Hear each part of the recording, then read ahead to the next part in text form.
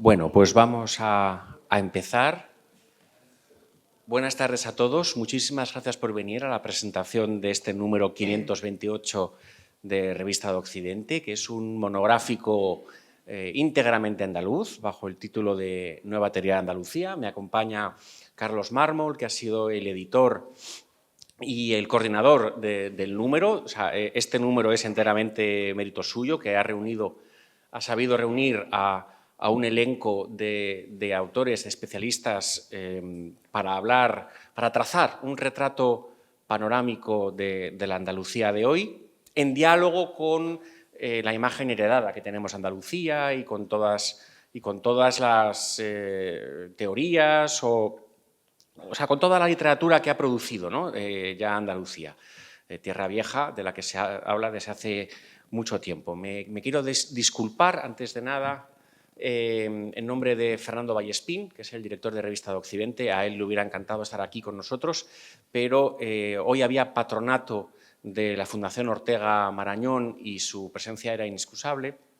Allí, la Fundación Ortega Marañón es, desde los años 80, el custodia del legado del filósofo José Ortega y Gasset, y también es la editora de la Revista de Occidente, que sale todos los meses.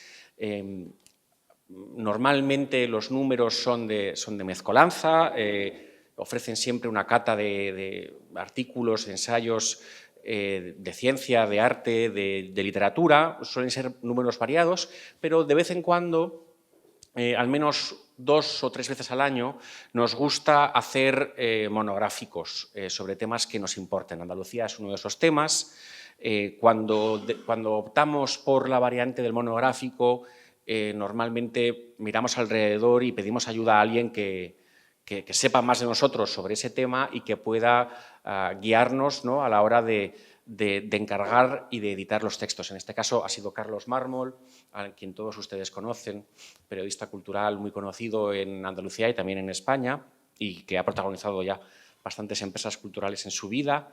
Y además quiero decir que tenemos en la sala al menos 6 de los 8 autores que participan en el monográfico, y todos ellos, si quieren, pues podrán hablar y explicarnos un poco lo que han querido decir con su artículo. También está Salustiano García con nosotros, que es el artista, a quien sin duda conocen ustedes también, que ha cedido pues muy generosamente obra para la portada. La Revista de Occidente, una de sus señas de identidad es lo que nosotros llamamos la viñeta de portada.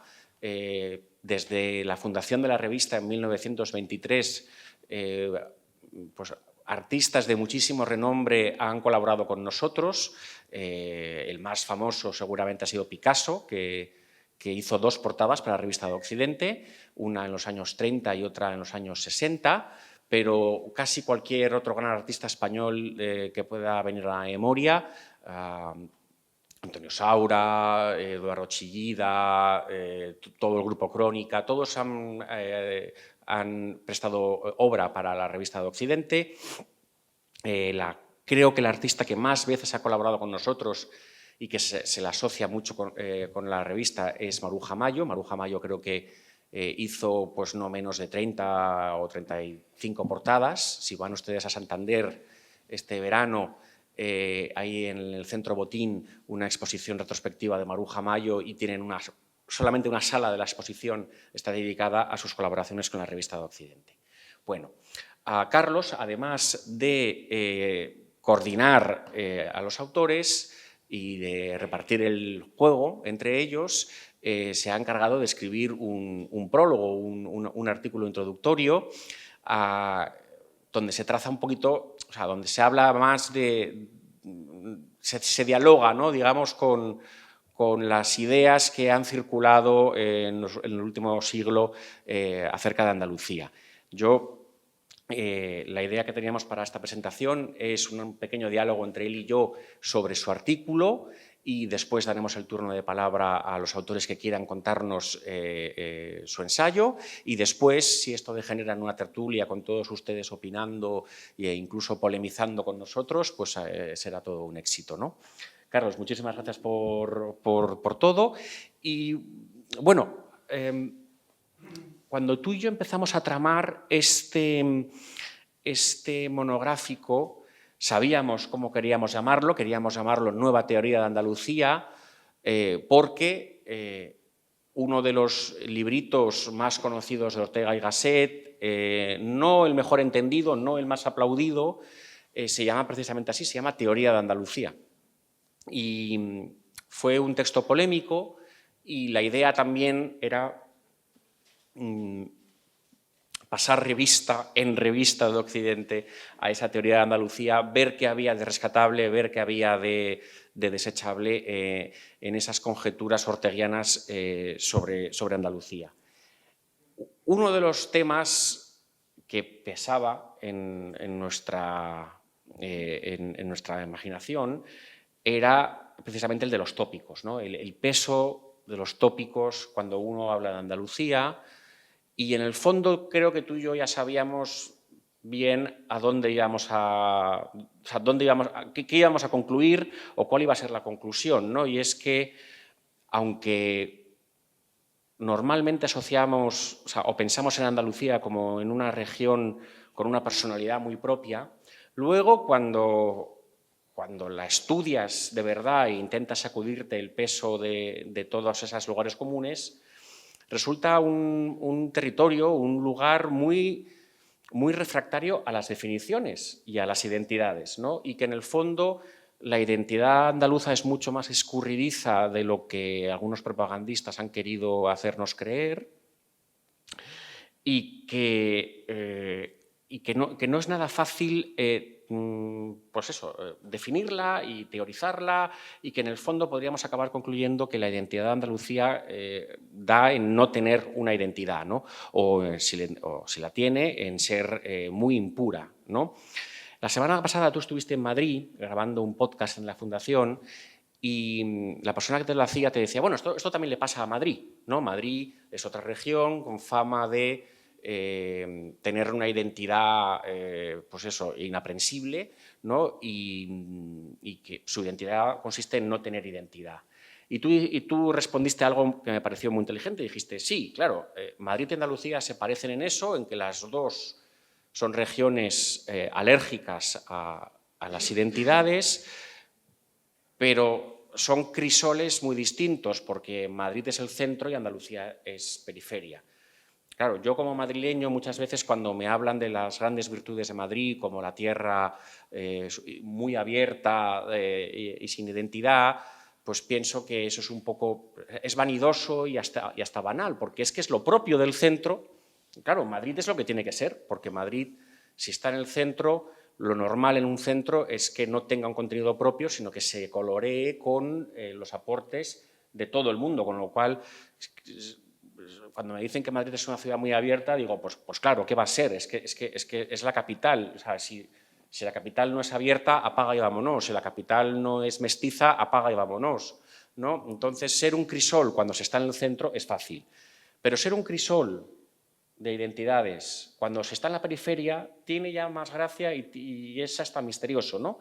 Y me gustaría que nos hablaras un poco de esa manera andaluza de no ser, o de ser casi más que un crisol, un palimpsesto, ¿no? Donde muchas capas sucesivas se van acumulando y uno no acierta a saber cuál es el estrato originario.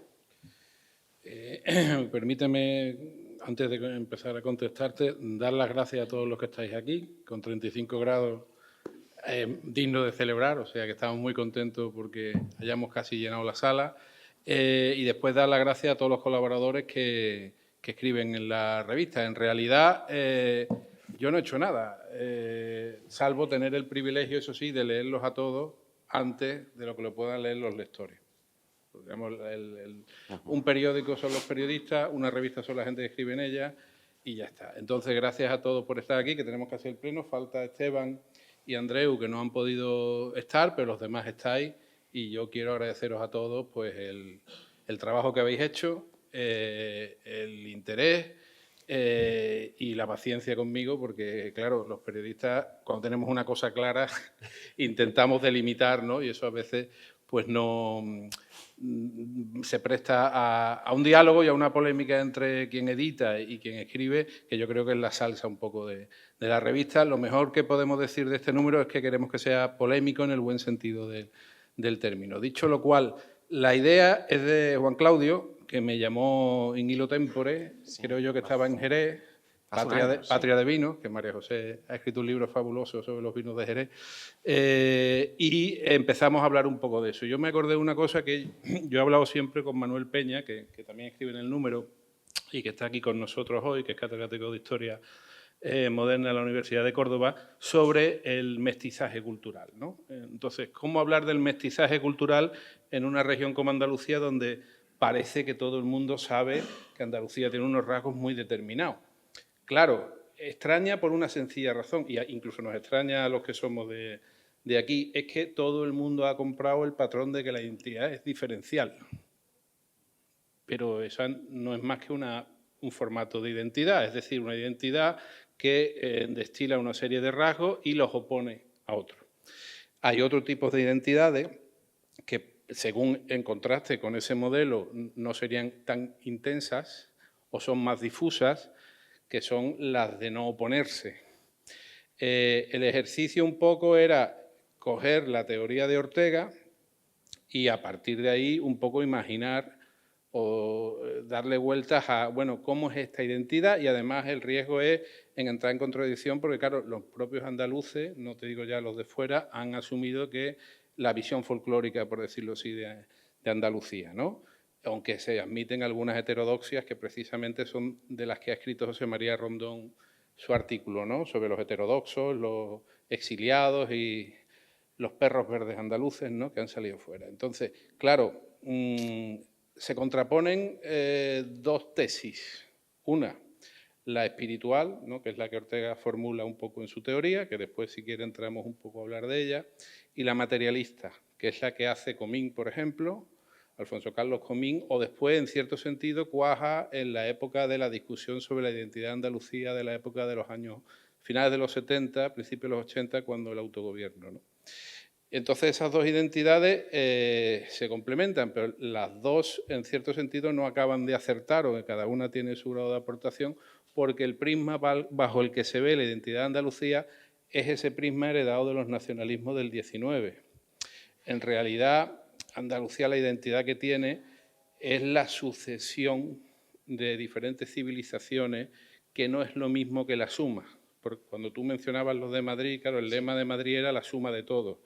Y yo le decía a tu compañero de la Fundación, sí, no es lo mismo, pero no es lo mismo sumar a todo y estar en el centro, que tú recibes lo mejor de todo, que estar en la periferia. Y nosotros estamos en la periferia, aunque en algún momento hayamos sido centro, ¿no? Digo en términos históricos. Entonces, la construcción de una identidad difusa o por lo menos no marcada, aunque aparentemente lo sea, desde la periferia es un ejercicio diferente. Pero esa sucesión de civilizaciones o de culturas, la cultura no es más que una forma de resolver un problema. Y lo bueno de la cultura es que, aunque se origine en un sitio concreto, en un instante de la historia concreta, sirve universalmente. O sea, la filosofía griega, por ejemplo, se produjo en Grecia antigua, pero nos sigue sirviendo hoy. O sea, la cultura, aunque proceda de un sitio, la capacidad realmente útil de la cultura es que no está atada a un sitio, ¿no? Aquello famoso que decía Zabater de que los hombres tenemos piernas, no raíces, ¿no? Entonces, bueno, claro, esa sucesión ha hecho que Andalucía conozca diferentes periodos y en realidad tenga un sentido de la eternidad que se basa en la sucesión. O sea, en que es una identidad no que no exista en realidad, sino que está haciéndose. Es una sociedad abierta, aunque tenga sus costumbres, sus hábitos, sus rituales, como tienen todas las culturas, pero en el fondo yo creo, vamos, mi visión al respecto, y es un poco el planteamiento general, era que al ser una sociedad abierta, pues no es dogmática prácticamente en nada. Eso sí, es muy sentimental en algunos aspectos, pero eso es diferente a ser dogmático. La relativización que da, digamos, ese pozo, esa sabiduría de ver pasar muchas civilizaciones y hace que tú sepas que todas son diferentes y de todas puedes aprovechar algo y lo uses según tu manera de verlo. Yo creo que eso, que es una cosa que evidentemente no tiene expresión política, sino que es más bien cultural. A mí me gusta hablar más de la cultura meridional o del mediodía o de Andalucía, pero a mí cuando me dicen andaluz yo no me reconozco, si te digo la verdad. Esto puede parecer un poco raro, pero no me reconozco porque yo soy de Sevilla. Entonces, lo andaluz no me reconozco porque creo que ese término se le dio un significado muy concreto y muy limitante en los años 70 y 80. Y yo creo que esta Andalucía de hoy no se parece nada a la de entonces, afortunadamente, y la de dentro de 10 años no se va a parecer nada hasta hoy, y que eso es precisamente un factor diferencial en un momento político en el que estamos viendo que se está retornando a esas identidades, digamos, muy marcadas. Sí, esto que acabas de decir, a mí, cuando algún amigo catalán a veces me dice, vosotros los castellanos, y yo, no, perdón, bueno, es que no sé muy bien lo que es eso, porque yo soy de Madrid, ¿no? Pero, claro, o sea, es verdad que estas pues, identidades que aglutinan, pues claro, a veces no se sabe muy bien a qué se refiere uno, ¿no? Tu artículo se titula El nudo meridional, elogio y refutación argumentada de la teoría de Andalucía casi un siglo después. Entonces tú en este artículo dialogas mucho con la teoría de Andalucía de Ortega, pero tiene el mérito también de llamar la atención del lector de otras teorías que han venido después de la de Ortega, como la de Alfonso Carlos Comín, efectivamente, que es ya un catalán realmente, ¿no? Sí, vivió en Málaga. Exactamente. Y bueno, pero también mencionas de pasada, pues bueno, pues la visión que podía tener un Blas Infante, etcétera, etcétera. ¿Puedes un poquito ahora, quizá para los que no hayan leído el texto de Ortega, explicar un poco qué es lo que pensaba Ortega de Andalucía, ese famoso ideal vegetativo que suena un poco insultante, pero que quizá no lo sea tanto? ¿Qué es lo que quería decir cuando se quiere verlo de una manera benévola, ¿no? Pero también, porque yo no las conocía, me ha interesado mucho lo que explicas de este libro de Comín, menos conocido, Noticia de Andalucía. Se puso de moda, ¿no?, en el tardofranquismo hacer noticia de Cataluña, noticia de Andalucía, nosotros los valencianos, en fin.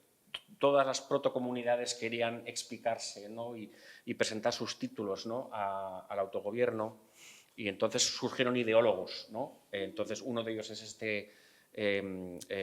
Antonio Carlos, ¿no? Antonio Carlos Comín, pero bueno, también un poco, si quieres comentar de pasada un poco lo que ha sido el andalucismo, o sea, las sucesivas teorías de Andalucía,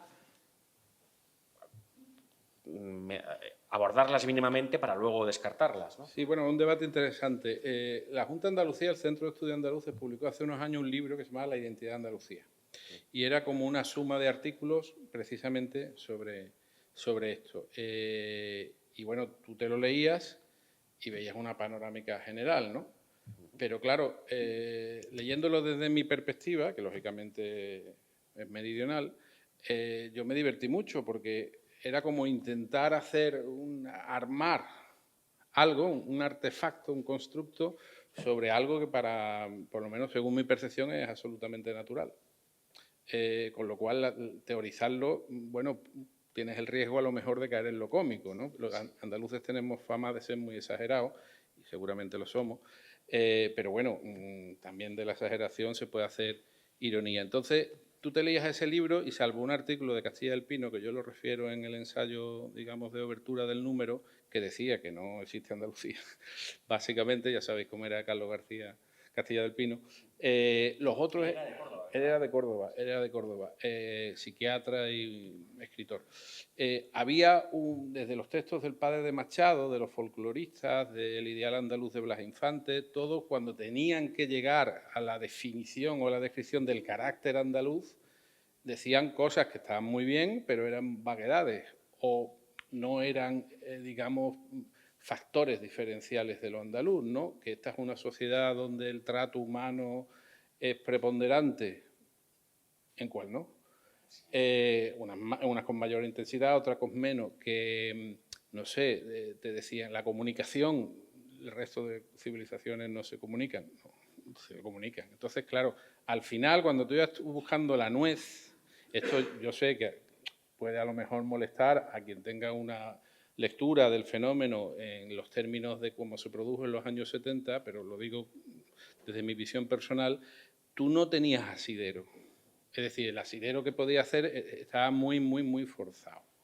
Entonces, Ortega yo creo que lo que hace es un apunte, o un borrador, o un breviario, yo lo llamo en algún momento en el artículo, porque realmente el libro que se publica por parte de Revista Occidente de los años 40 son los 2 artículos que se escribieron en los años 20, en El Sol, son muy breves con respecto a otras obras de Ortega, de reflexión un poco, da la impresión de que es una especie de apunte o de borrador o un artículo que a lo mejor hubiera podido tener más desarrollo, pero por lo que fuere no lo tuvo. Entonces es una teoría espiritualista basada, creo yo, más en el entorno cultural y en lecturas que en experiencias personales, y se compara con un cierto espíritu regeneracionista que palpitaba un poco la sociedad española en aquel momento. Entonces, con esos elementos que se puede comparar, yo en el artículo lo hago, con textos de Noel, Eugenio Noel, incluso con el ideal andaluz de Blas Infante, ¿no? Siempre hay como un afán regeneracionista.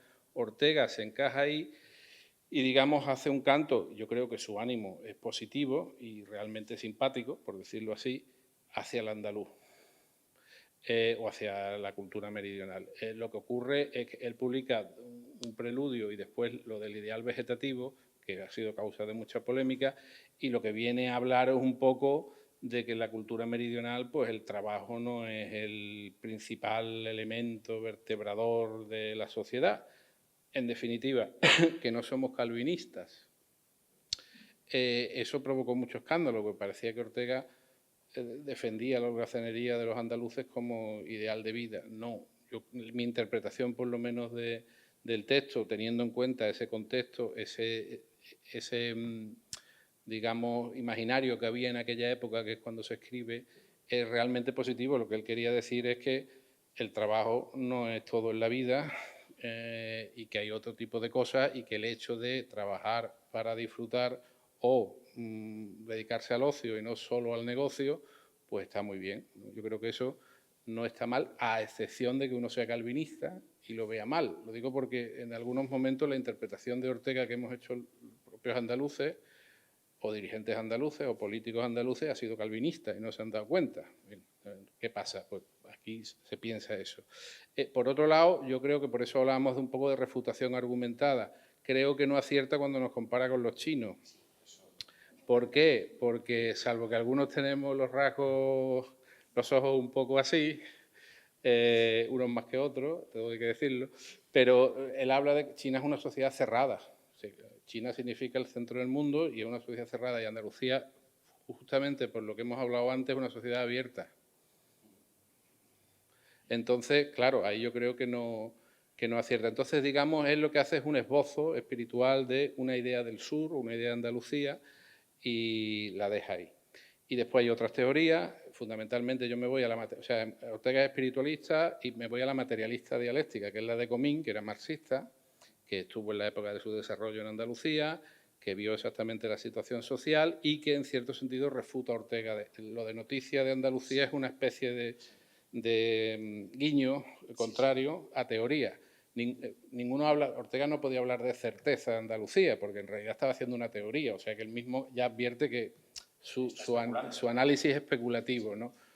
Que quizás eso le falte cierto realismo. Y Comín va para el otro lado, se va al otro extremo y lo que hace es un apunte materialista de, bueno, cuál es la situación social, con mucho enfoque en la inmigración, que él conoció bien porque estuvo en Andalucía y era catalán, y a partir de ahí, digamos, destila una idea de Andalucía que es la que fundamentalmente los partidos de izquierda, cuando se produce el fenómeno de la transición, pues vinculan, digamos, como no hubo ruptura, sino reforma, bueno, pues surge el tema territorial, ¿no? Que el tema territorial no era igual de intenso en todos sitios, pero digamos ese es el patrón que se institucionaliza y cuaja cuando se da los autogobiernos, en el caso andaluz, cuando se conquista el autogobierno, que hay que decir que se conquistan los despachos porque el referéndum no se ganó según las condiciones leoninas de la UCD, pero digamos esa es la segunda plasmación de la teoría de Andalucía, que es la que se cuaja institucionalmente. Y esa teoría de Andalucía es criticable porque sigue la pauta catalana y vasca. Es decir, no es aparentemente nacionalista, pero sí es una destilación de un nacionalismo institucional. ¿Por qué? Porque se construye en un momento histórico en el que había que justificar el autogobierno. Y eso da pie a que tampoco se entienda, creo yo, bien esa identidad difusa que culturalmente tenemos. ¿Por qué? Porque lo que se trata es de justificar unas instituciones, un proyecto político, una serie de elementos. Entonces, ni una ni otra llegan a cuajar. La de Blas Infante, que es la del primer andalucismo histórico, pues bien intencionada, pero Blas Infante, digamos, es un padre de la patria, ¿no? Como instaurado por la autonomía, que cuando en las elecciones no tenía mucho apoyo social, que fue fusilado y por tanto, digamos, es un mártir de la guerra civil, pero desde el punto de vista político tampoco tiene una solidez tremenda, ¿no? O sea, digamos, es un episodio que hay aquí histórico, que tiene todos esos elementos, pero que tampoco acaba de entender muy bien eso, ¿no? Que en realidad la cultura andaluza se está haciendo y va mutando, va cambiando, es sincrética, es decir, es coger lo que hay y adaptarlo. Eso es algo muy bonito de tu artículo, ¿no? Pues y además es que eso es lo que debería ser cualquier identidad, ¿no? Un hacerse, ¿no? Y no un dictato. No es que tú no eres el mismo a los 20, a los 30, a los 40 y a los 50. Carlos, el peso de los tópicos era uno de los vectores del número. Había otro muy rico, muy interesante, que era Andalucía como sinécdoque de España, ¿no? Andalucía como la abreviatura de España. O sea, y esto además es que es así. Para medio mundo, España es Andalucía, ¿no? Yo, además de secretario de redacción de la revista, soy diplomático de profesión y a veces he sido consejero cultural de España en el exterior. Y en el Ministerio de Exteriores no es que a veces nos dicen, ponen mucho cuidado en pedirnos que cuando hacemos gestión cultural fuera, en promoción de España, que insistamos mucho en que España es un país plural, ¿no? El subtexto que nunca dicen es huid de lo andaluz, o sea, no lo dicen así nunca, ¿no? Pero no nos tienen prohibido programar flamenco ni guitarra española, pero en el fondo la idea que tú notas es que quieren que expliques al mundo que España es más que Andalucía, ¿no? Yo solo hago con gusto porque creo que efectivamente España es plural, pero también debo decir que a mí nunca me ha molestado que se me tome por andaluz o que sea Andalucía la región que haya llevado, que haya acaparado, digamos, la imagen de España, porque es bonita, ¿no? Quiero decir, a mí, o sea, yo creo que esto es un destino de todas las sociedades, que es ser abreviadas, al igual que todos los escritores al final acaban siendo recordados por una obra o por una frase de una obra, ¿no? Pues el destino de los países al final es ser recordados por una imagen, ¿no? Si esa imagen, en mi caso, es la Giralda, yo firmo, ¿no? Al igual que firmo que el toro sea el animal español, o sea, considerando que esto va a ocurrir sí o sí, a mí nunca me ha molestado que sea un poco Andalucía mi portavoz en el exterior, ¿no? Mi portavoz estético, por así decirlo. Dicho esto, ¿en Andalucía molesta o no molesta? O sea, la idea de que Andalucía es una sinécdoque de España y ¿eso no es a gusto o a disgusto aquí en Andalucía? Hombre, yo o sea, sí. Los andaluces, ¿tú dirías que se sienten a gusto? Cada uno tendrá su opinión, ¿no? Yo creo que en líneas generales gusta mucho. Lo que no gusta mucho es la estampa folclórica exclusivamente. O sea, que seamos sinécdoques de España, sí. Pero hay una parte de los andaluces, entre las que me puedo contar yo, que lo de la estampa, todo el rato con la estampa, bueno, la estampa no está mal, queda muy bien, pero hay más cosas, ¿no? Entonces, todo lo que tiene, digamos, de estampa totalizadora, ahí sí se puede establecer cierta distancia, ¿no? Con cierta sensibilidad andaluza. En líneas generales, yo creo que eso no molesta porque el ser sinécdoque de España, al contrario de lo que ocurre en otras sociedades españolas, ¿no? Donde hay a lo mejor más presencia nacionalista, sí molesta, pero eso responde a una cuestión política. Pero en general yo creo que seamos lacinédoques no es malo. Es bueno para España y es bueno para nosotros, porque en realidad no hay ninguna diferencia. Esto es Castilla Novísima, ¿no? Que te decía de broma cuando venía en el AVE. Viene de Castilla la Nueva hacia la Novísima, porque es el nombre histórico del asunto, y después está la americana. Entonces, sin ponernos imperialistas, que sería un poco ridículo, pero yo creo que en general esa idea es positiva. Bueno, vosotros también además padecéis un poco la servidumbre, porque, quiero decir, claro, pues también la paella también acapara la gastronomía española, ¿no? Y vendrán aquí los turistas a Sevilla y pensarán que aquí se toma una paella estupenda. Sí, no, de hecho se toman paella congelada, horrorosa, sí. Bueno, no, pero la piden como si fuera de aquí, seguramente, porque para ellos la paella es la gastronomía española, ¿no? Entonces, sí, pero la cuestión es que esa estampa, que es muy rotunda y tiene mucho atractivo, y eso, incluso si eres como yo, que digamos eres un sevillano rarito, no te gusta la Semana Santa o no demasiado, salvo cuando me junto con David, un amigo editor que está aquí, me lleva de paso, no me gustan los toros, no me gusta nada, parezco alemán. Realmente lo que molesta es que solo sea la estampa. Es decir, que se nos vea como actores de una ópera, solo y exclusivamente. ¿Por qué? Porque la sociedad de aquí es abierta, la sociedad es muy diversa, incluso otra estampa que no es tan rutilante, que es la que a veces se ha proyectado desde el nacionalismo, que es la de la Andalucía irredenta del subdesarrollo. Eso ya tenemos problemas sociales, la convergencia no ha sido la que debía ser, aunque se ha mejorado, seguimos teniendo problemas de cohesión social, seguimos teniendo problemas de precariedad y de dependencia económica, pero no somos la Andalucía de los años 70.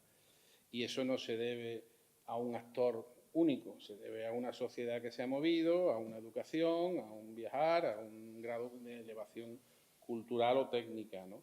Entonces, eso sí, digamos, sería la parte. Pero lo llamativo en Andalucía con respecto a Madrid y Barcelona, y yo tengo esa sensación porque trabajo mucho, escribo en periódicos de Madrid y de Barcelona, es que Barcelona mira a Madrid y Madrid mira a Barcelona, pero a Granada, por ponerte otra provincia, no la miran desde allí. Entonces, eso es lo que quizás todavía no se ha conseguido proyectar fuera.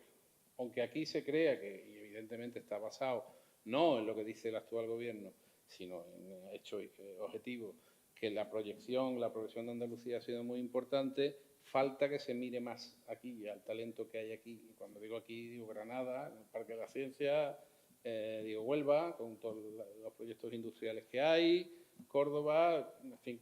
Se mira poco, y cuando se mira con una especie de sesgo, que viene del 19 en realidad. Ahora eso es así. También te diría que ahora es muy habitual oír hablar de Málaga, por ejemplo, en Madrid. Málaga de repente sí que está como tirándonos de la chaqueta y reclamando atención, no sé, pero como un nuevo foco, o sea, como una ciudad que va para arriba, o sea, si hablamos de ciudades, ¿no? Si hablamos de regiones, ¿no? Y el ascenso de Málaga es también el ascenso de Andalucía, ¿no? En parte este número se hace porque yo sí que percibía que Andalucía iba para arriba y que iba a volver a contar mucho en España, ¿no?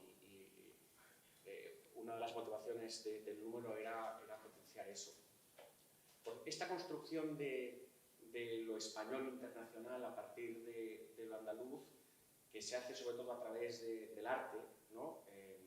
Está contada sobre todo en dos artículos del número, que son los que tienen que ver más con las expresiones artísticas, que son los de María José Solano, que nos acompañan aquí del arte, y el de Rocío Plaza, que aborda el tema de cómo las compañías de baile andaluzas a finales del XIX, en Londres y en París, no te veo, Rocío, estás por aquí, ¿no? Sí, está ahí escondida.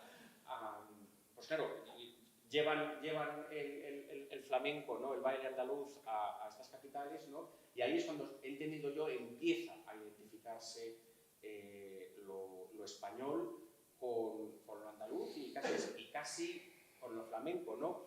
Aunque yo siempre recuerdo que Carmen, la gitana de Bizet y antes de Melimé, es navarra. O sea, eso sí, bueno, pero esto es como cuando, sí, claro, cuando la Junta decidió que el flamenco lo puso en el estatuto y tal, y ahora sale Ayuso diciendo que el flamenco es madrileño. Vamos a ver, es que todo esto es un poco absurdo. Es un poco absurdo, ¿no? El maestro Juan Martínez de Chávez Nogales no era andaluz, era de Segovia. Era de Burgos. De Burgos, eso, de Burgos. Era castellano. Era de Burgos. Entonces, Claro, es que entonces ahí rompe un poco. Claro, pero por eso digo, pero incluso lo llamativo del caso andaluz es que incluso en las manifestaciones de rotundidad es poroso. Es decir, vamos a ver, tú coges un caso que es como la quintesencia del asunto. La Real Maestranza de Caballería, que no es la Plaza de Toros, es la Corporación Nobiliaria. La Real Maestranza de Caballería tiene una actividad que no es comparable con otras maestranzas. ¿Por qué? Porque en otros sitios son casi hechos arqueológicos y aquí hay una porosidad porque hay gente que piensa que puede ser maestrante. Entonces, ese pensar que puede ser maestrante, aunque no llegues a serlo en la vida, le da una porosidad al tema, le da como un interés, le da como un, ¿sabes? Es como algo apetecible, ¿sabes? Que en otras maestranzas, no sé, Toledo, pues no te parece que sea así. ¿Por qué? Porque no hay porosidad, aquello es una barrera. El flamenco, pues probablemente es el folclore, por llamarlo de alguna manera, ¿no?, más internacional que tenemos. Sin embargo, está vivo, hay unas polémicas entre los puristas, los innovadores, en fin, eso no lo hay en otras manifestaciones culturales. ¿Por qué? Porque se considera que allí hay como una especie de canon, pero que el flamenco está cambiando y no pierde su tradición, porque igual que en todas las artes, la renovación se produce sobre el modelo o el patrón de la tradición y está viva. Y tú la ves viva, te puede gustar, no te puede gustar, pero lo que es evidente es que está viva. Entonces, esa viveza que se está haciendo es precisamente lo que hablamos, de que es una cultura no cerrada, no delimitada, no diferencial, sino sincrética. O sea, que puede coger manifestaciones, puede coger el cajón brasileño, que es el con el que tocaba Rubén Dantas en el grupo de Paco Lucía, y ahora hay gente que cree que el cajón es una cosa súper andaluza. Y es brasileño. Por ejemplo. Claro. Por ejemplo, eso es un buen ejemplo de eso. Entonces, coges una cosa que es de fuera, te lo traes, lo haces tuyo, y eso hace que tú seas diferente. Es una idea de la modernidad, aunque no sea la idea de la modernidad, digamos, noreuropea, pero en realidad es así, es la capacidad para asumir contradicciones, manejarlas y hacerlas tuyas. Esto ocurre siempre que uno mira hacia adentro sin anteojos, ¿no? Cuando uno mira adentro con honestidad, lo que descubre es el exterior. O sea, descubre que lo que pensaba más propio, en realidad, sí, bueno, en otro sitio. Bunbury tiene una letra que dice: para un hombre del mundo es muy exótico volver a casa. Y yo creo que refleja muy bien eso, ¿no? Sí. Es muy exótico. A veces vienes y ves cosas que no te has parado a ver porque siempre has estado aquí y te deslumbran, ¿no? Exacto. Ya la última pregunta que te voy a hacer, Carlos, antes de hablar con los autores. Andalucía puede que no tenga una teoría clara y seguro que no tiene una esencia que podamos definir, ni tampoco interesa que la tenga, pero tiene un papel que jugar en España. Ortega también lo menciona. Ortega, en las primeras líneas de su artículo, dice: Andalucía, que ha sido la región más importante políticamente en el siglo XIX, su estrella está declinando. Ortega ya intuye que el siglo XX va a ser un siglo del norte de España. Yo creo que eso para él, él adivina que puede ser problemático, porque lo fue, ¿no? Y Andalucía debería recuperar, ¿no?, un poquito, debería volver a estar en el puente de mando, y yo creo que, aunque solo sea por peso demográfico, por pujanza cultural, va a estarlo, ¿no?, realmente, ¿no? Pero yo quiero que me des tu opinión. O sea, el papel de Andalucía en la España de 2025, ¿cuál es? ¿Cuál puede aspirar a ser? Hombre, yo creo que a nivel político, esa forma cultural, ¿no?, por decirlo así, aunque tenga un canal institucional, ¿no?, que es el autogobierno, es ser el antídoto de la España nacionalista. Cuando nos dicen España plurinacional, en cierto sentido nos están engañando. No es plurinacional, es fundamentalmente asimétrica. Sí. Entonces, el papel de Andalucía, de una manera diferente a como se hizo en los años 70, que fue por emulación, debería ser un antídoto a ese regreso a la tribu o al pueblo o a la cosa esta pedestre, ¿no?, que tiene el nacionalismo, porque los nacionalismos no solo a nivel interior, sino estamos viendo cambios políticos muy importantes de una escala brutal y todos tienen en uno de los lados de los nuevos actores políticos, de las constantes es el nacionalismo, que precisamente está en Rusia y está, digamos, en los países, digamos, de esa órbita. Entonces, Andalucía es un ejemplo de que se puede ser una sociedad sana sin nacionalismo. O sea que no es, mejor dicho, no es necesario ser nacionalista o emular lo nacionalista para progresar, que es quizás lo que en los años 70, por motivos evidentes, porque veníamos de donde veníamos, no se percibía. Y desde el punto de vista social, bueno, yo me he encontrado andaluces en todos lados, y en eso, por ejemplo, se equivoca Ortega, ¿no? Que Ortega decía que el andaluz está pegado a la tierra. Claro, escribió en 1920, donde el peso de la huella agraria, que es el artículo, por ejemplo, un artículo excelente de Manuel González de Molina, que explica un poco que, aunque ya no somos una cultura solo agraria, o mucho menos agraria que antiguamente, pero culturalmente eso se ha dejado un pozo en los ritos, ¿no? Entonces, lo que hay que hacer, igual que no tenemos, digamos, ningún campo limitante, no tenemos ningún campo limitante desde el punto de vista social, precisamente por tener una cultura abierta y una cultura que no se define en la oposición, sino se define en el sincretismo. Yo creo que ese papel, si la sociedad sabe explotarlo, evidentemente políticamente eso hay que trabajarlo, pero bueno, digamos, es un actor, quizás es el momento en el que más podríamos contar con respecto a etapas pasadas. Me refiero a la transición o incluso me refiero a la época de su desarrollo, donde éramos, digamos, o no éramos vistos o éramos vistos de una manera que ya no se nos puede ver. Claro. Y además ofrecer un contramodelo saludable de cómo vivir la propia tradición sin exclusivismos. ¿También tú crees que volverá a ser un vector de igualitarismo en un momento en el que se quieren exacerbar, digamos, ¿no? Los particularismos, ¿no? O sea, Andalucía también tendrá algo que decir, ¿no? Vea, yo creo que Andalucía, igual que lo tuvo en su día, aunque yo creo que de forma diferente, claro, lógicamente, porque vamos a ver, lo que se está planteando es una asimetría, la asimetría va siempre en una dirección. Entonces, por peso poblacional, por capacidad social, porque existen unos instrumentos que, aunque no hayan funcionado del todo bien, pero están y se deben de utilizar, ¿no?, que son los políticos y los institucionales, evidentemente, quien puede compensar, o sea, no es lo mismo que se oponga, dicho sea con todo respeto, a la asimetría que se está planteando en Murcia o en Galicia, que en Andalucía, porque Andalucía tiene el tamaño de Portugal. Más o menos, quiero decirte. Entonces, claro, eso en términos internos tiene que pesar y tiene que... Lo bueno... Y eso significa que tiene también casi la obligación de liderar, ¿no? Es que ahí voy. Es que lo bueno es que no solo lo haría para sí, sino lo haría para todas las demás. Entonces, claro, digamos, la capacidad de liderazgo social y político de Andalucía, en los momentos en los que se está volviendo, no a discutir, porque no se discute, sino se nos pone encima de la mesa eso, pues hombre, quien tiene el papel y la capacidad para intentar hacerlo, corregirlo, matizarlo, es Andalucía en nombre no solo suyo, sino de todos los demás, ¿no? En su época se ha presumido mucho que éramos los guardianes de la cohesión territorial española. Yo eso no me lo acabé de creer del todo, pero sí es verdad que es necesario un contrapeso, ¿no? Porque el aire tira para un lado. Si no fue cierto en el pasado, desde luego, ojalá sea cierto en el presente y en el futuro. Bueno, pues no están con nosotros Esteban Mira, su artículo, Carlos vio que tenía que haber un artículo que hablara del vínculo especialísimo que hay entre Andalucía y América, ese es el artículo de Esteban Mira. Tampoco está con nosotros Manuel González de Molina, que habla sobre la cultura de la tradición agraria, ¿no?, en la conformación de la identidad política andaluza.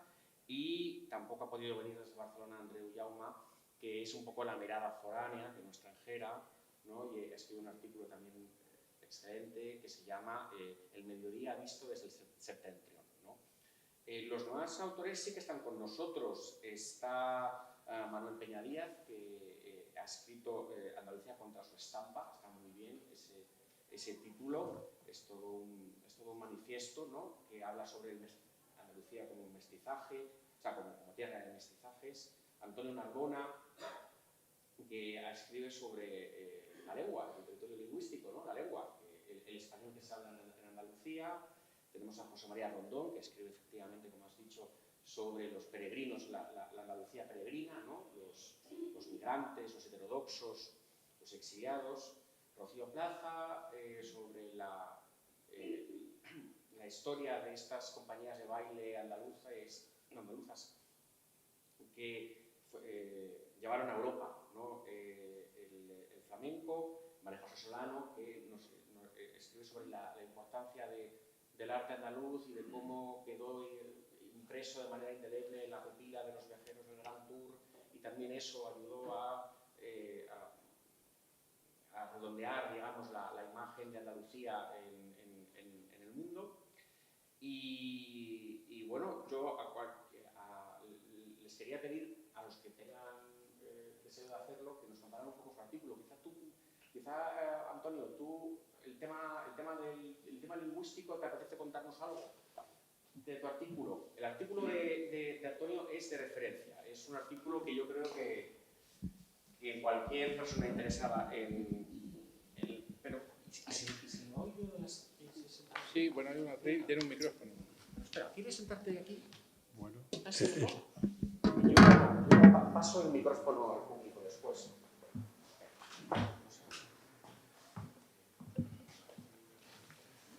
Buenas tardes, ¿se oye? Sí. Como somos 8, aunque he visto que algunos se han caído del cartel, yo pensaba que todo lo que sea hablar más de 2 minutos es un abuso por parte de ustedes. Y por eso, en vez de improvisar, había preparado unas frases, pero las voy a resumir realmente. Lo primero que tengo que hacer es agradecer a Carlos que se haya acordado de los usos lingüísticos, porque normalmente cuando se plantea la cuestión de la identidad, yo coordiné hace años un libro que se llamaba La identidad lingüística de Andalucía, y las primeras palabras eran imposible, identidad es imposible de definición. No se puede definir la palabra identidad, digo para empezar. Y tampoco se puede definir cultura. Cultura es la palabra que más costó a los académicos definir. Yo les pido que después vayan al diccionario, verán ustedes la definición que quedó de 3 medias líneas, ¿no? Por eso digo. Es que cuando me parece que Carlos hablaba antes de la identidad, ¿el libro se llama Identidad de Andalucía o Identidad Cultural de Andalucía? No recuerdo, lo coordinó Isidoro Moreno. Ya, bueno. Bueno, entonces... puede ser cultural. Mi presencia aquí es un poco la de intruso, pero yo le agradezco a Carlos que se haya acordado de esto porque me parece interesante. Entonces no voy a hablar del artículo porque si no, no lo van a leer, ¿no? Lo que sí voy a decirles es para qué lo escribo, por qué y para qué he escrito yo estas páginas, ¿no? Entonces, ni en la teoría de Andalucía de Ortega, ni en las posteriores especulaciones que ya no se quieren considerar teóricas, construcciones teóricas, sino simplemente especulaciones, reflexiones, y de hecho, en muchos casos se recurre al artículo neutro lo, que es desdibujador, que no matiza, lo andaluz. Hay muchos libros que llaman lo andaluz, lo cordobés, ¿no? Con ese... Pues ahí no se presta gran atención, a veces no se presta ninguna atención a cómo hablan, ninguna, incluido Ortega, ¿no?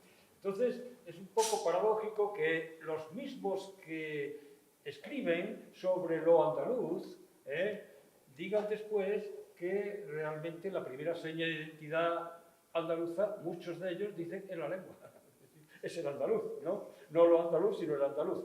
Entonces, esto es una paradoja que requiere ser por lo menos, si no resuelta, que no se puede resolver, pero por ejemplo hay que pensar sobre ello. Y para eso, para resolverla, lo primero que hay que hacer es definir qué es hablar andaluz.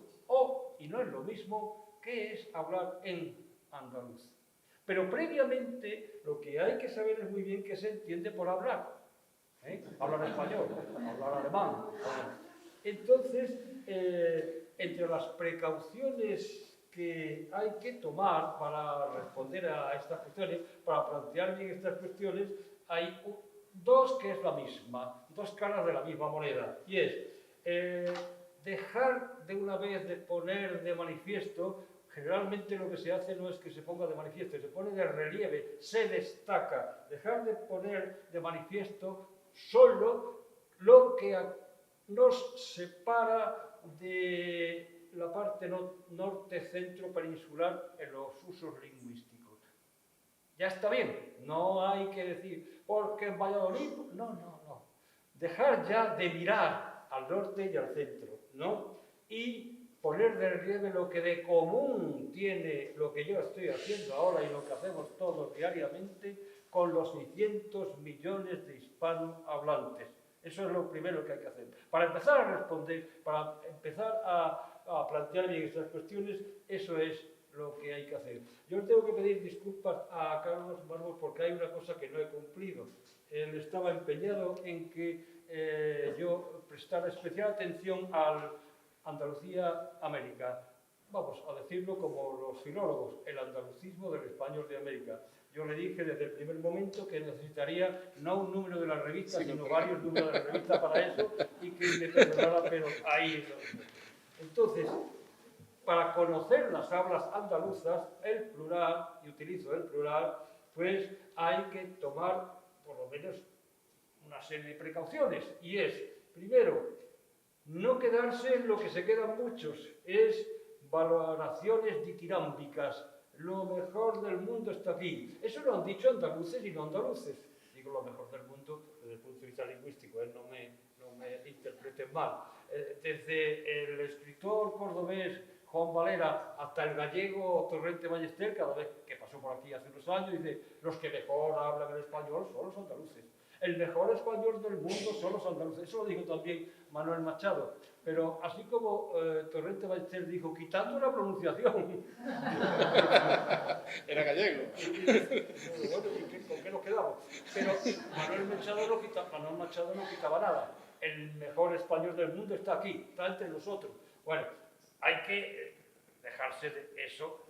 Eso está muy bien, pero dejarse.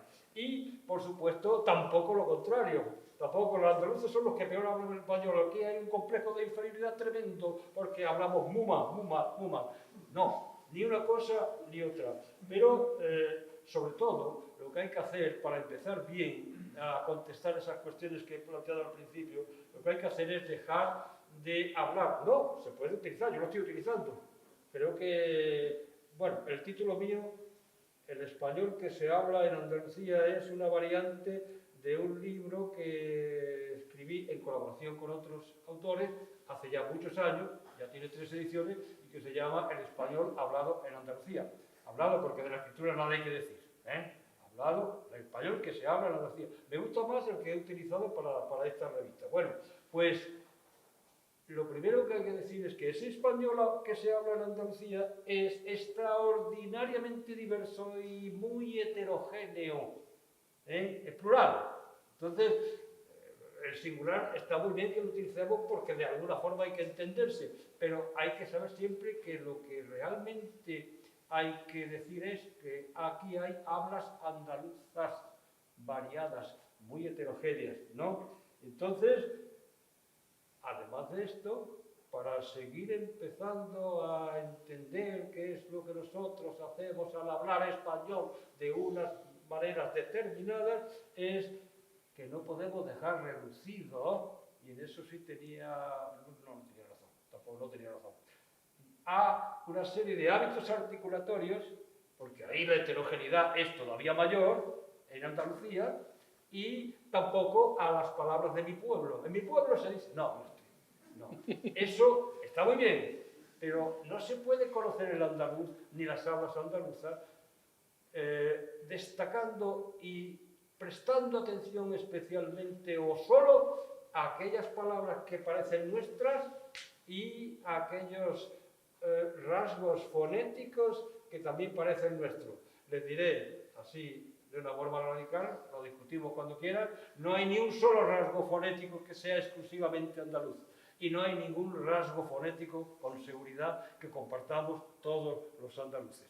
Y en cuanto a las palabras, bueno, pues si cada uno pasa por un pueblo de Andalucía y dice que en mi pueblo hay, ¿para qué decirlo? Pero con todo lo peor, y ya acabo. Me parece que los 2 minutos han hecho 3. Bueno, me había dado permiso Juan, ¿no? Lo peor con todo es que de esta especie de, vamos a llamarlo así, supremacismo de algunos, no digo supremacismo de los andaluces nunca, supremacismo de algunos andaluces se pasa a algo que es peor, que es a una adversativa excluyente. Y así empieza el artículo, con una manifestación, unas declaraciones de hace muy poco de un político andaluz que dijo solemnemente delante del presidente de Andalucía, el día de la bandera, dijo: yo no hablo español. Dijo castellano, pero son absolutamente sinónimos. Yo no hablo castellano, yo hablo andaluz, ¿no? Bueno, pues eso es todavía peor, porque eso sí que nos condena, ¿no? Es decir, eso es imposible. Es decir, yo estoy hablando español, lo que pasa es que estoy hablando español con unos rasgos determinados, como le puede pasar a uno de Argentina. ¿Ustedes se imaginan que en Buenos Aires diga uno: no, yo no hablo español, yo hablo argentino, ¿no? Algo parecido. No conozco a nadie que haya utilizado la expresión los castellanohablantes para referirse exclusivamente a los de Osorio Toledo. Yo no conozco a nadie, y además es una impropiedad manifiesta. Entonces, eso sí es peor. Es peor entre otras razones porque cuando alguien dice algo así, yo no hablo español, sino que hablo andaluz, tiene que por lo menos especificar que andaluz. Tiene que empezar por decir: oiga usted, pero me tiene que decir que andaluz. Y, desde luego, dejar ya de referirse a unos cuantos hábitos articulatorios, rasgos fonéticos y a unas cuantas palabras, porque hablar es muchísimo más que todo eso. Y perdón, porque me parece que me he pasado más de 2 minutos.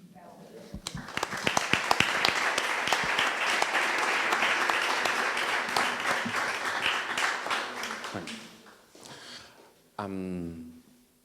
José María, Manuel, ¿queréis decir algo de vuestro artículo? Sí. Tú no. Bueno, estoy un poco afónico, se me escucha ronco, pero perdón.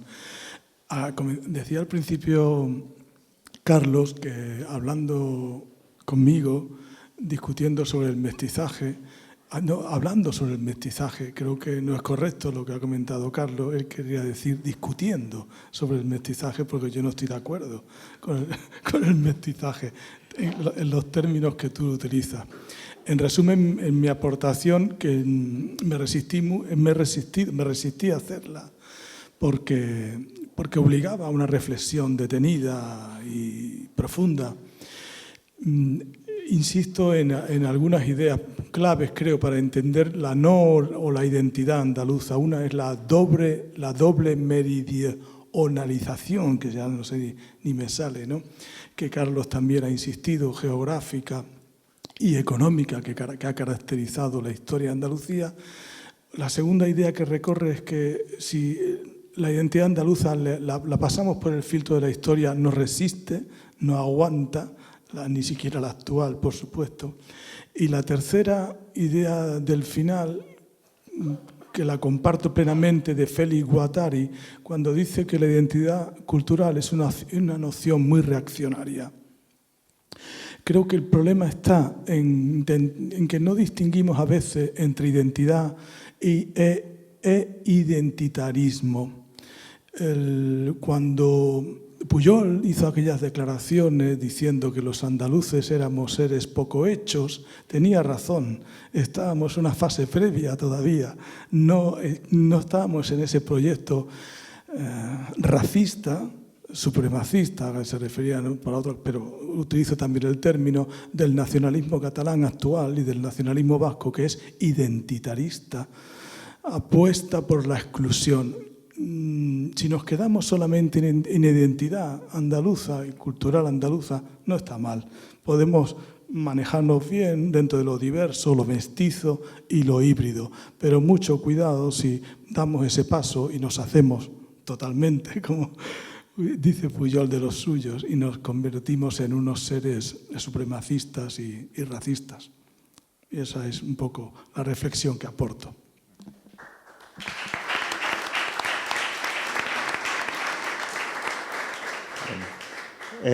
Comenzar agradeciendo a Juan Claudio, a Carlos y bueno, a todos ustedes la presencia aquí en esta tarde, la presentación de este número de la Revista de Occidente que viendo la convocatoria también parece despertar que hay mucho interés por reflexionar sobre Andalucía, ¿no? sobre este territorio y creo que siempre la reflexión es una cosa positiva, ¿no? Que nos puede llevar a grandes descubrimientos, o por lo menos a nuevos descubrimientos. La propuesta de Carlos, en mi caso, es una mirada hacia los heterodoxos andaluces, que en el fondo es casi una mirada a los periféricos de la periferia, ¿no? Estamos hablando de casi de los seres que están instalados o que se instalaron en una doble periferia. Y además unos seres generalmente dolientes, con vidas creo que en muchos casos muy novelescas, que encarnan o que encarnaron una derrota en vida sin paliativos, ¿no? O por lo menos su victoria no trasciende hasta mucho tiempo después, ¿no? Cuando bueno, sus conquistas morales, cuando su defensa de ciertos derechos, de la difusión de ideas, etcétera, etcétera, pues termina convirtiéndose en conquistas sociales. Y el tercer punto de mi artículo es casi una invitación general a prestar atención a estos seres, porque nos da una visión de la historia mucho más compleja de lo que realmente muchas veces creemos, ¿no? No se trata la historia de unos hechos que podemos encajonar y a unas ideas que podemos encajonar y todo entra en esos moldes, sino que estos seres nos dan ideas, nos dan la pista de que la realidad fue mucho más compleja y está siendo mucho más compleja de lo que creemos.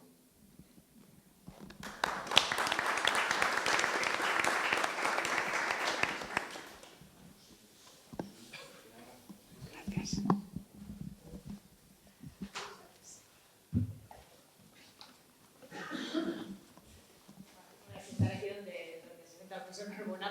Nada que ver. Yo también voy a usar 3 minutos. Lo único en lo que nos vamos a aparecer, me temo. Una lluviosa mañana de abril suena mi teléfono y es Juan Claudio que me cuenta a toda velocidad, como habla él y como camina, la idea de la Revista de Occidente. Necesitamos un texto de historia del arte, me dice para resumir. Y la persona que me ha recomendado eres tú. Yo estudié historia del arte, pero aquí la verdadera profesora, la profesora titular es Rocío, ahí sentada. Mi vida se ha desarrollado entre los viajes, los libros y 10 años trabajando en la Real Academia Española. O sea, aprendí que la lengua, aprendí muchas cosas, pero creo que la más importante es que la lengua es una herramienta infalible y es un espejo de quien la usa. Entonces, con eso y con la experiencia de un par de libros de viajes, soy una escritora de viajes, una escritora sentimental, una viajera sentimental, pues en el poco tiempo que tenía para hacer el artículo, decidí que iba a pasarme todo lo que Claudio me había pedido y iba a hacer un viaje, que es lo que sé hacer. Y entonces hice un viaje no por la geografía, sino por el tiempo. Entonces me subí, lo que intenté hacer, no sé si lo he conseguido, ya me lo diréis, cuando alguien lo lea, es que el lector se subiese conmigo de la rupa de un caballo, porque está escrito a esa velocidad, a la velocidad a uña de caballo, ¿no? Como decían los viajeros del 19, o a lo mejor en el vagón de un Orient Express imaginario, ese que iba de Calais a Brindisi, aunque esta vez yo quería ir de Acapulco a Cavite, que en realidad eso es Andalucía, entre otras muchas cosas. Entonces, lo que he hecho en ese artículo, en el poco espacio que tenía era un recorrido veloz, pues, mirando por la ventanilla de un tren de un Orient Express imaginario, desde como si fuera un viajero, esos viajeros del Grand Tour, con la capacidad que te da la literatura de moverte por el tiempo. Y como no se podía empezar desde el principio ni terminar en el final, pues elegí un fragmento, que era el comentario del 19, lo que los viajeros, la mirada de los viajeros nos había dejado y cómo nos hemos conformado a partir de esa mirada. Y ya está, las piedras, el mar, los ríos, las construcciones, la seducción antes que la conquista, que es al final una idea orteliana, ¿no?, de Andalucía. Y todos los personajes que pululan por ahí y que a veces salen en el artículo, a pesar de la poca extensión, ¿no? Ahora procuro meterlos con calzado. Segunda queja. O sea, sí. Que cuando nos ponemos a escribir, pues... Entonces, bueno, ese es mi artículo. En realidad es un viaje, es lo que sé hacer, nadie pone lo que no tiene, ¿no? Es un viaje por el tiempo, por nuestra historia del arte y por esa idea de Andalucía como plasmación de nación. ¿Por qué se identifica España con Andalucía y por qué Andalucía es la imagen de España? Y para terminar, por supuesto, cito a la autoridad. Le hice una entrevista, después de haber escrito el artículo, entrevisté a Ignacio Camacho, mi admirado Ignacio Camacho, y le hice, sin decirle nada, yo lo llevé intenté llevarlo a la trampa, como hay que hacer en todas las entrevistas, ¿no? Y cayó en la trampa. La entrevista está ahí en Z, la pueden leer.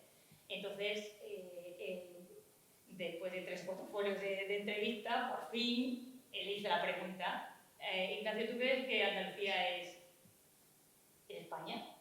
Y me dijo, no, Andalucía no necesita ser España, porque Andalucía ya es una nación. Así que con esa palabra termino. Si Aristóteles lo dice, es cosa verdadera. Gracias a todos por venir.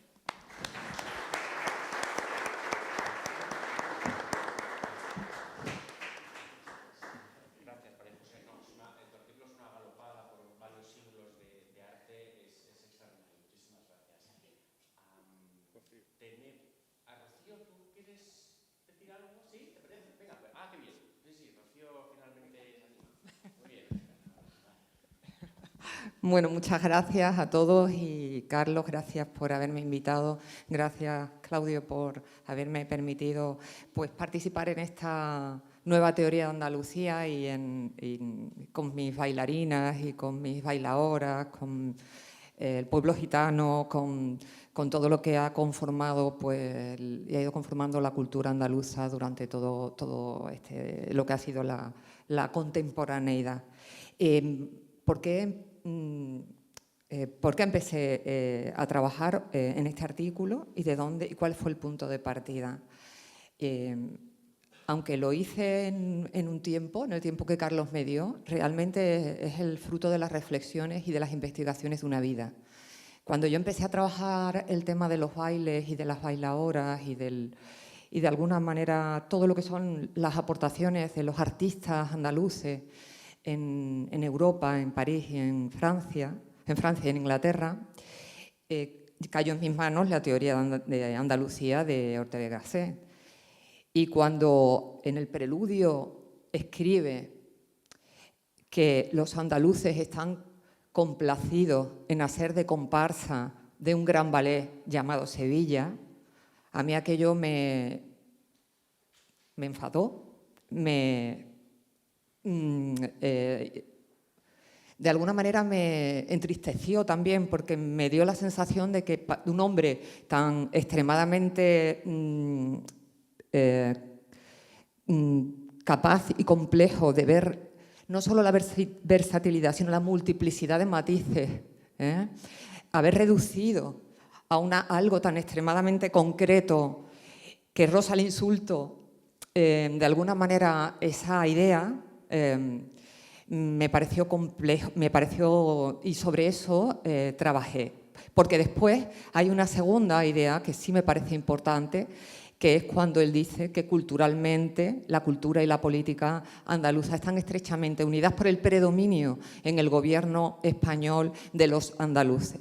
Entonces, a lo largo del tiempo y en ese trabajo, es un trabajo histórico donde intento ver y demostrar esa teoría de Ortega segunda que une a la primera y que realmente se puede demostrar documentalmente. Es decir, cómo cuando en el gobierno de España, con la llegada desde el gobierno en el gobierno isabelino, de todo lo que es la década moderada, la sucesión de gobiernos moderados constituidos por Sartorius, Bravo Murillo, el control de los periódicos de Salamanca con los ejes Málaga, Sevilla, controlando todo el gobierno de la nación. En ese momento es cuando empiezan a salir las bailarinas por Europa. Son todas andaluzas y todas van coincidiendo, llevando todo el repertorio de bailes por España. En ese momento, eso está siendo de alguna manera, no de todas las maneras posibles, apoyado desde Madrid por esos gobiernos moderados, que son los que facilitan las contratas en los teatros reales, y apoyados por los poderes financieros en París, como es el caso de Aguado, que es el patrono de la Ópera de París, con un sustrato económico interesante, que son toda la entrada de los capitales británicos y franceses para la modernización del país. Va unido precisamente esa licuación cultural con la danza, y de alguna manera eso es lo que he intentado poner en relación. Es decir, la idea al final que saco en esa cultura que va yendo de ida, que va yendo y va moviéndose, para mí no es un gran ballet llamado Sevilla, sino es un gran ballet llamado Europa. Esa es mi conclusión final. Es como esa cultura andaluza de alguna manera ha ido alimentándose de esa demanda europea y se ha ido constituyendo una imagen de ida y vuelta con esas élites culturales en primera instancia, con una parte importante de esa cultura popular, y ha ido generando una cultura europea que tiene un combustible andaluz interesante, pero especialmente no de toda Andalucía, sino de determinados territorios, ¿no? Eso era un poco la idea que con documentos he intentado demostrar. Y nada más, muchas gracias.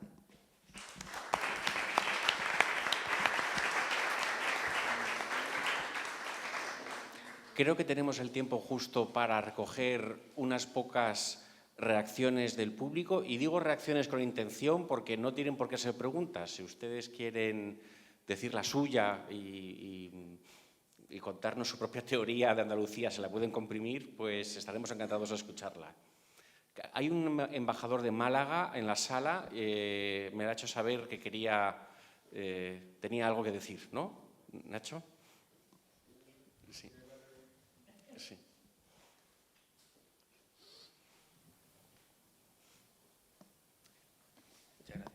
Gracias por el capote. A ver, no, sí, estábamos bromeando en la puerta con que venía yo muy dispuesto a impugnar la totalidad en nombre de la identidad malagueña, este acto de sevillacentrismo que teníamos que combatir a toda costa, impedir que una vez más la imagen de Andalucía se centre en Sevilla. Pero como ese trabajo ya lo habéis hecho todos con muchísimo rigor intelectual y habéis dejado claro la pluralidad y la variedad de lo que pueda ser la identidad andaluza, pues me he quedado sin munición. Con lo cual, ya que me han dado el micrófono, pues me giro hacia otra cosa que me ha interesado del número de la revista cuando lo he leído y de las intervenciones que creo que me han reafirmado la misma idea. Somos todos muy reacios al tópico, nos da muchísimo miedo entrar en tópicos cuando escribimos sobre Andalucía.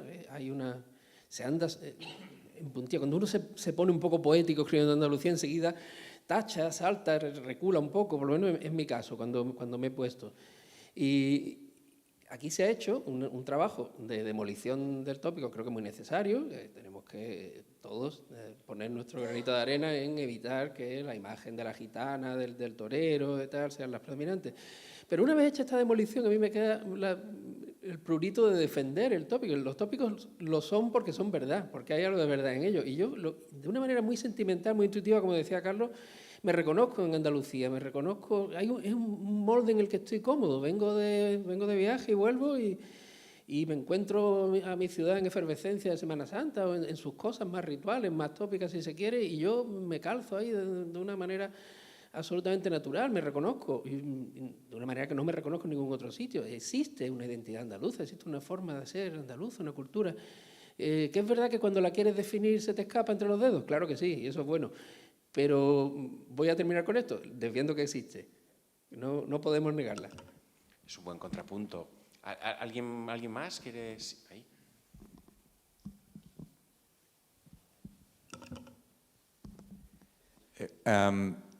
Habéis mencionado la Giralda en parte de vuestra conversación y yo vivo fuera en Estados Unidos y he visto réplicas de la Giralda en Los Ángeles, en San Francisco, en Kansas City, en Chicago, que es uno de los edificios principales.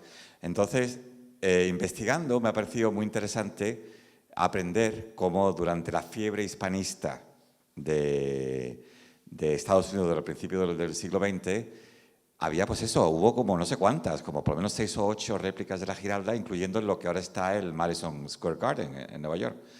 Entonces, me parece interesante oyéndoos ver cómo ya hace un siglo la representación de España era a través de un icono andaluz. Entonces, me parece muy interesante oíros. Y mi pregunta es si habéis tocado el tema de la arquitectura en vuestro número.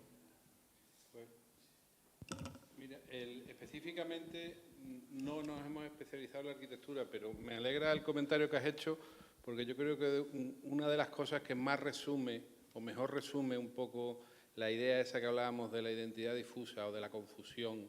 Yo empiezo el artículo con una cita de Juan de Mairena, ¿no? Que es el seudónimo que inventó Machado, y que dice algo así como, todo lo que usted cree que yo estoy diciendo, yo lo pienso de otra manera. Me parece que es una cita que se aplica bien cuando se habla de andaluz, pero tú hablabas de la Giralda. Te voy a poner un caso personal, porque creo que resume muy bien esto. En Sevilla, en la Sevilla oficial, hay como un problema con la arquitectura contemporánea. A mí me encanta la arquitectura contemporánea. He escrito muchos años de arquitectura y me gusta. Pero hay gente que piensa que Sevilla se acabó de hacer en el 29. Una patología como otra cualquiera. Todos tenemos un tiro dado, seguro. Entonces hay muchas polémicas. Tú quizás si eres de fuera a lo mejor no tienes noticias, pero por resumírtelo, en los periódicos hay muchas polémicas sobre la esencia de Sevilla, sobre que hay que cuidar el patrimonio. Está muy bien. Tendríamos que haber empezado mucho antes, pero llegan a ser guerras civiles, ¿no? Sobre la idea de qué es Sevilla y qué no es Sevilla, y si Sevilla está acabada o no está acabada. Y tú miras la Giralda, y si tú miras bien la Giralda, lo que estás viendo es un ejercicio de modernidad, porque la Giralda no es ni árabe ni cristiana, es una fusión. Entonces, cuando la gente se pone purista o se pone identitaria, como ha explicado matizando muy bien Manuel la cuestión, que a veces no se da cuenta de lo que está viendo, ¿no? Porque yo cuando veo la Giralda, que es como el símbolo de Sevilla, ¿no? Y de Andalucía y de España, lo que veo es la fusión entre el Renacimiento y la tradición previa. Y esa fusión es absolutamente maravillosa, no hay ningún problema. Y yo creo que eso resume bien esa capacidad sincrética, ¿no? Por eso no me extraña que sea símbolo, porque reúne en sí misma varios significados, ¿no? Y si en el número, en el artículo de María José, se habla de este viaje de la Giralda por el mundo, está mencionado. ¿Y hay dos? ¿Se pueden juntar esas dos intervenciones? Buenas tardes. Yo quería hacer un comentario. Yo como estudiante tardío de filología hispánica, pero también con una edad que he vivido un tiempo largo donde todo lo que sonaba andaluz pues era como peyorativo y tal, pero con el tiempo, como la mal llamada Reconquista, hubo varias etapas, pues nos dio ya información de que se iba creando una variante meridional. Ya desde el siglo XIII empezó y en el siglo XVII ya está perfectamente identificado, ¿no? Y actualmente en la carrera de Filología Hispánica pues ya se estudia como una variante meridional, que el español peninsular no es único, como se podía pensar en la dictadura, ¿no? Una España libre, ¿no? Sino que hay variantes dentro de la península y la variante meridional muy claramente está identificada. Gracias. ¿Queréis responder algo? Intervengo yo. Sí. A mí me llama poderosamente la atención que sobre una comunidad como Andalucía, que tiene una cuenca de río que es más del 60%, que tiene unos límites totalmente claros con Sierra Morena, con la meseta castellana, que no tiene nada que ver, haya tanta duda sobre si es una identidad, es un pueblo, existe una cultura, y sobre un Estado, porque yo no considero a España una nación, y ahora diré por qué, sobre un Estado que es el más montañoso después de Suiza de toda Europa, con la capital más alta de toda Europa, de origen islámico, con la Almudaina de origen islámico, con el Idrisi, Isidro, de ascendencia islámica. Esa España es unívoca, unicorde y con un pensamiento único que arrasa todo lo demás. Toda la periferia está arrasada por ese pensamiento único, victorioso, pero esquilmador de la realidad plural de España, del Estado español. Ya decía Cánovas, cuando se estaba haciendo la Constitución de 1870 y tanto, español es el que no puede ser otra cosa. Y en parte se refiere a la visión castellana, centralista, mesetaria de todo el Estado. Se lo ha apropiado y entonces piensa que todo es como debe de verse desde allí. Por eso yo veo en la mayoría, algunos no, pero en la mayoría de las visiones que han aportado los distintos autores, veo un españolismo enfermizo, un centralismo como visión única del Estado. El que se utilice para decir que el andaluz como forma oral no existe, o que debe ser un español, cuando realmente en cualquier sitio que tú mires, lo que se habla es de que es castellano. Cuando tú coges cualquier web o te llaman, utilizas cualquier contestador de voz, dice, ¿cómo quiere que le hablemos? ¿En castellano, en inglés, en alemán? Lo que existe es el castellano. Otra cosa es que un imperio, que era la estructura del Estado, cuando el desastre de 1898 haya que construir una nación a prisa y corriendo.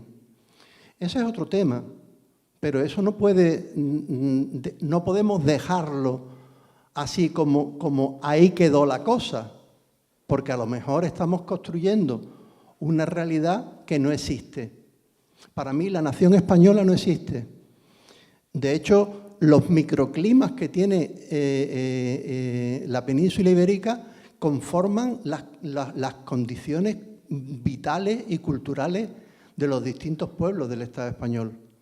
No puede ser lo mismo un murciano que un asturiano, o un andaluz que un aragonés o un riojano, porque tienen microclimas distintos, tienen formas de comunicarse distintos, tienen economías culturales distintas. No existe la misma economía en un sitio que en otro. Entonces veo una visión muy madrileña o castellanocéntrica de este tema. Y a mí lo que más me preocupa es, usando para terminar una frase de Antonio Machado, es que al final me queda un regusto como aquella frase que dice Machado, dice: Castilla miserable, ayer dominadora, envuelta en tus harapos, desprecias cuanto ignora. Entonces me parece que eso es una visión empobrecedora de lo que puede ser la realidad plural que existe en España. Muchas gracias. Hemos pedido polémica y la tenemos, así que lo agradecemos enormemente. Carlos, yo quería hacer un comentario al hilo de su manifestación, que me parece excelente que usted no se sienta reflejado un poco en los análisis, eso entra dentro de la normalidad.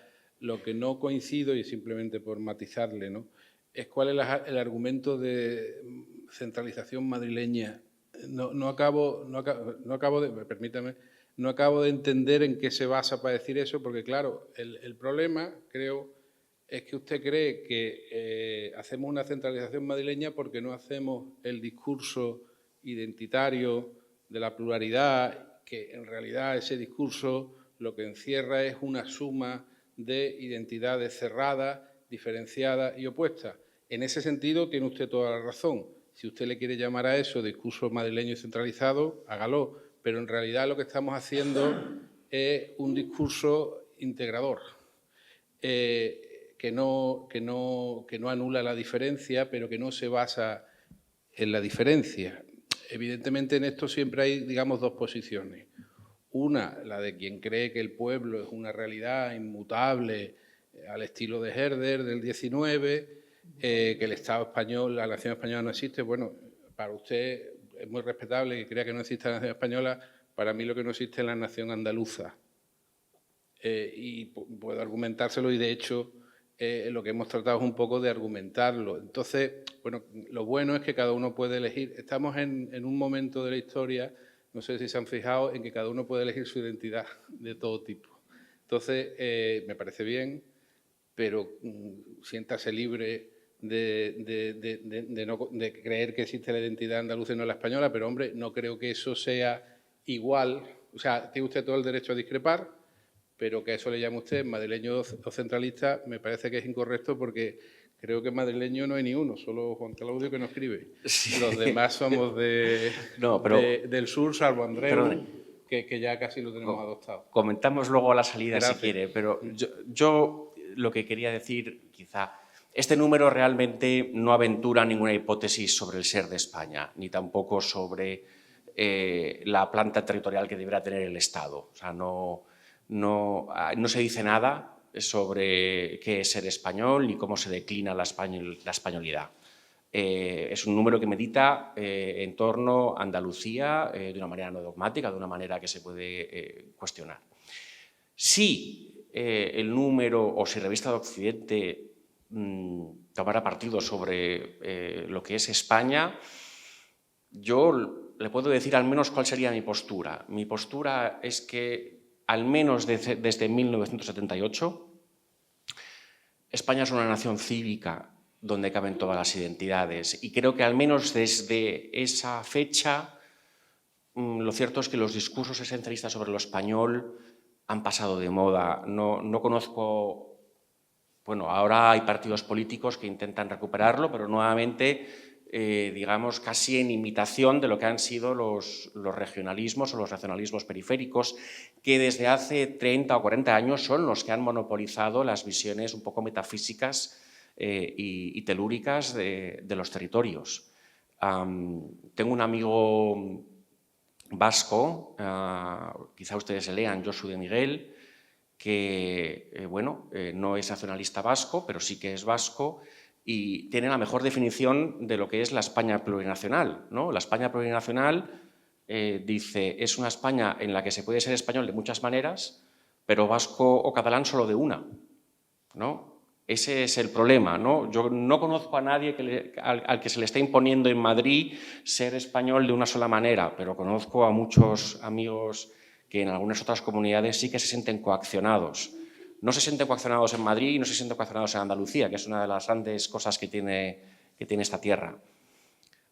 En otro plano ya más puramente personal y filosófico, porque yo también, como español, me he sentido un poco en la obligación de pensar sobre qué es España, si es una nación, si no lo es.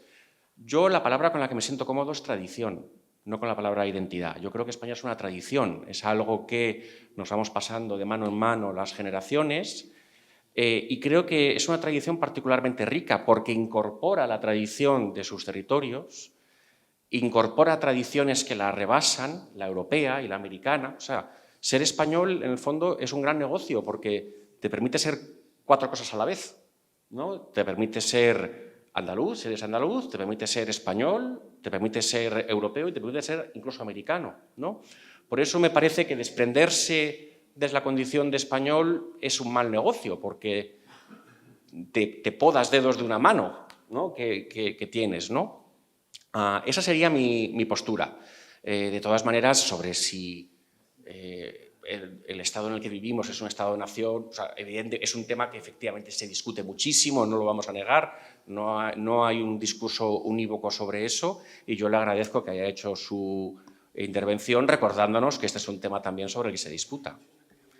Me parece que Cicus nos va a pedir que desalojemos, pero yo les quiero agradecer a todos ustedes que hayan venido, espero que hayan disfrutado, espero que el número, si lo han leído, les haya gustado, espero que el número, si lo han comprado, les vaya a gustar y que si alguno de ustedes se quiere hacer suscriptor de Revista de Occidente, los números que vienen también les gusten. Muchísimas gracias a todos.